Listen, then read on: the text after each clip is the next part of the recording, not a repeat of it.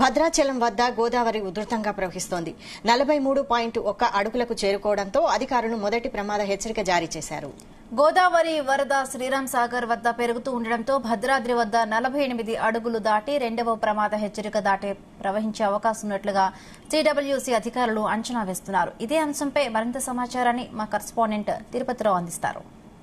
స్థానికంగా కురుస్తున్న వర్షాలతో పాటు ఎగువ కురుస్తున్న భారీ వర్షాల కారణంగా అయితే గోదావరి ప్రవాహం కొనసాగుతుంది. ఇప్పటికే భద్రాచలం వద్ద 1వ ప్రమాద హెచ్చరికను దాటి మరి గోదావరి ప్రవాహం కొనసాగుతున్న పరిస్థితి. ఎగువ ప్రాంతాల్లో ఉన్నటువంటి వరద ఉధృతి ఇంకా పెరుగుతున్న నేపథ్యంలో అయితే శ్రీరామ్ సాగర్ కావచ్చు, ఎల్లమ్మ సమ్మక్క బ్యారేజీలకు పూర్తిగా నిండుకుండలా ప్రవహించడంతో అక్కడ ఉన్నటువంటి పూర్తిగా గేట్లను అయితే దిగువ విడుదల చేయడంతో అయితే ఇక్కడ ఉన్నటువంటి గోదావరి ప్రవాహం క్రమేపీ పెరుగుతూ వస్తుంది. ఇప్పటికే 1వ ప్రమాద హెచ్చరికను దాటి మరి ప్రవహిస్తుంది. ఇప్పుడు 45 అడుగుల వద్ద గోదావరి ప్రవాహం కొనసాగుతుంది. ఈ రోజు సాయంకాలం వరకు మరో 3 అడుగులు చేరితే 48 అడుగులు దాటితే 2వ ప్రమాద హెచ్చరికను జారీ చేసేందుకైతే జిల్లా అధికారులు అప్రమత్తమవుతున్న పరిస్థితి. ఇక్కడ మన స్థానికంగా చూసుకుంటే తాలిపేరు అంటే మధ్య తరహా ప్రాజెక్ట్ ఏదైతే ఉందో ఛత్తీస్గఢ్ లో భారీ వర్షాల కారణంగా అయితే ఛత్తీస్గఢ్ నుంచి వచ్చే వరద మొత్తం కూడా తాలిపేరుకు వరద చేరడంతో అయితే ఇక్కడ తాలిపేరుకి 24 గేట్లు ఎత్తి కూడా దిగువగా గోదావరిలోకి విడుదల చేస్తున్న పరిస్థితి. మనం గోదావరి వద్ద ఉన్న ప్రస్తుతం విజువల్స్ చూసుకోవచ్చు. గోదావరి కరకట్ట వద్ద ఉన్న ఈ కరకట్ట మొత్తం కూడా గోదావరి ప్రవాహం కొనసాగుతుంది. ఇక్కడ ఉన్నటువంటి కరకట్ట అనుకుని అటువైపు ఉన్నటువంటి బూర్గాపాడు మండలం కూడా పూర్తిగా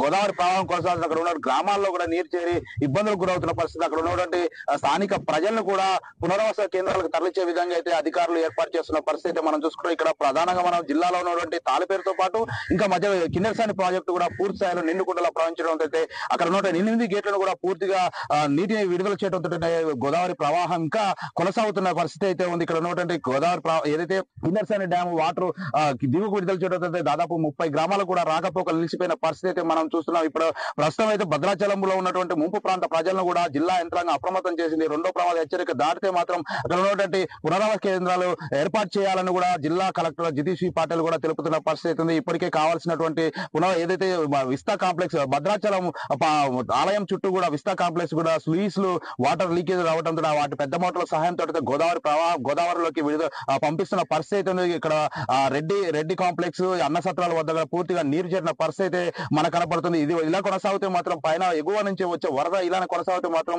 50 అడుగులు దాటి ప్రవహించే అవకాశం ఉన్నట్టు కూడా సిడబ్ల్యూసీ అధికారులు అయితే అంచనా వేస్తున్న పరిస్థితి ఉంది. ఏదేమైనా గోదావరి ప్రవాహంతో అయితే గత 2 నెలల నుంచి కూడా పునరావాస ఏదైతే ముంపు ప్రాంత ప్రజలు అయితే కంటి మీద కునుకు లేకుండా చేస్తున్న పరిస్థితి. ఇప్పటికే పెనిపాక, అశ్వపురము, బూర్గంపాడు మండలాల్లో ఉన్నటువంటి ముంపు ప్రాంత ప్రజలు కూడా అధికారులు అప్రమత్తం చేస్తున్న పరిస్థితి చూస్తున్నాము. ఇది ఇక్కడ తాజా పరిస్థితి.